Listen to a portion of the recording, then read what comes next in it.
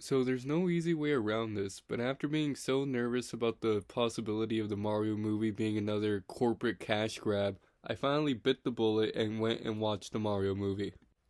So I may have been hyped for this film, but I wasn't as hyped as this man right here. Welcome to the Super Mario Brothers movie! Everybody say Yahoo! We come to this place. Wahoo is right, my overall wearing friend. Anyway, paisanos, there's only so much time that you can spend on the internet without having some spoilers shoved into your face or accidentally finding the entire movie pirated onto TikTok or Instagram. And now I only have one thing to say about this movie. The Mario movie was nothing like I expected it to be. And now I'm gonna have to find my oven mitts real quick because I'm about to whip up an original hot take on this one, which I may receive some backlash for. The Mario movie was good. I would even go as far as to say that it was probably one of the most movies of the year. As I sat there and watched the entire plot unfold, I started to think, man, this is a great movie, and I really wish Italians were real. Now, it's okay to have contrary opinions to mine, but you'll have to accept the fact that your opinion is gonna be wrong.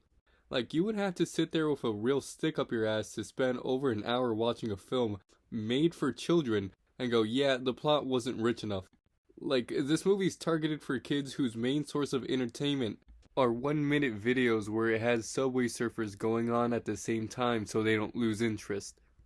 I mean, don't get me wrong, do I think there were some things they could have done better? Yeah, sure, why not? And I'll get to that in a bit, but as far as kids' movies go, there is no doubt in my mind that a younger version of me would simply just enjoy the movie for what it is. I don't really want to get into any spoilers, so I'll try to tread lightly, but if for some reason you still haven't watched the Mario movie, and this is the video that spoils it for you, I am so sorry. But I'll say this, to really enjoy this movie, I feel like you have to be ready to accept it with open arms, and still have some form of childlike wonder when you get ready to see it. Now, obviously if you're not familiar with the Mario franchise in the slightest, like if you've never heard about Mario or what he looks like, you might be a bit confused about anyone in the film. But I mean, if you're still unable to find any kind of enjoyment from this movie, I feel like you'd have a better time watching paint dry. Anyways, I'll start this review by saying the things I thought this movie did really well. I feel like there's a common trend among these kinds of movies that are coming out recently, where it's obviously a movie meant for a child, but it's also stimulating enough for an adult viewer where it doesn't feel like it's steam pressing all the wrinkles in your brain to be smooth. So this might be my, first minor spoiler about the whole movie, and it was actually something I was really happy about. It's not so much what they added to the film, but something that they excluded, which that there was no silly little Fortnite or TikTok cringe dances during the whole movie. That's right, despite Mario having one of the best DDR game mechanics out there, he did in fact not crank that Soldier Boy or floss a single time in the entire movie. I mean, it would have been great if they added a cameo of Chris Pratt singing and doing the little OG Mario dance from the Super Mario Super Show, but unfortunately it looks like that we got stuck in the timeline where that just never happened.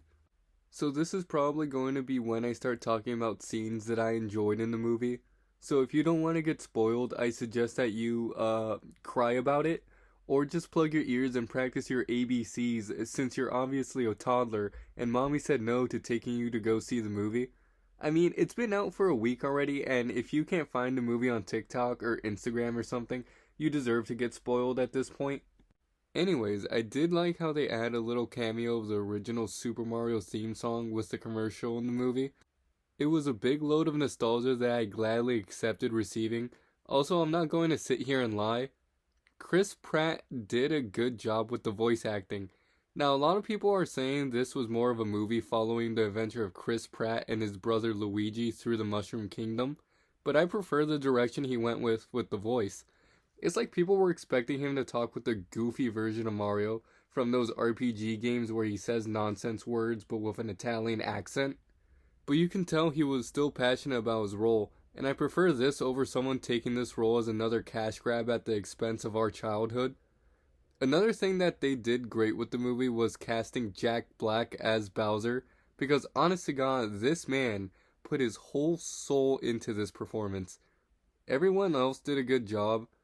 I mean, there was never a moment where someone's voice acting broke the Super Mario immersion for me.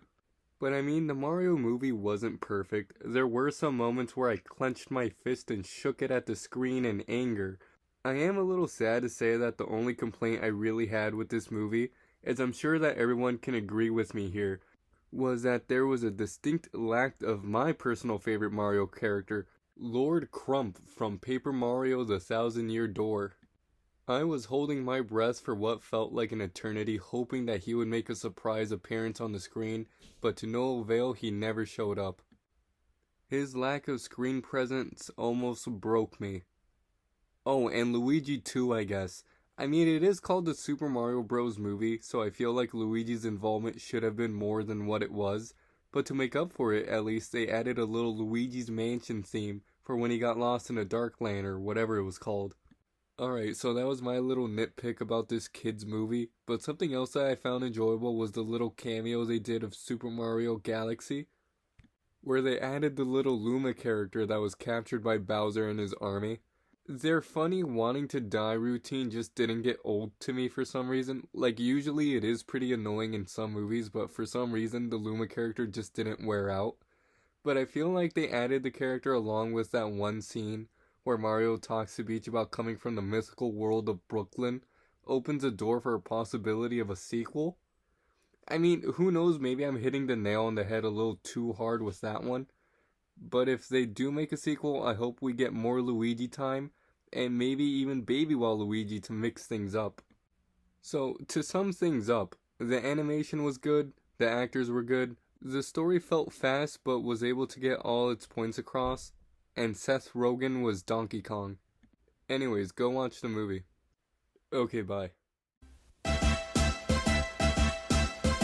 Do the Mario! Swing your arms from side to side. Come on, it's time to go. Do the Mario. Take one step and then again. Let's do the Mario all together now.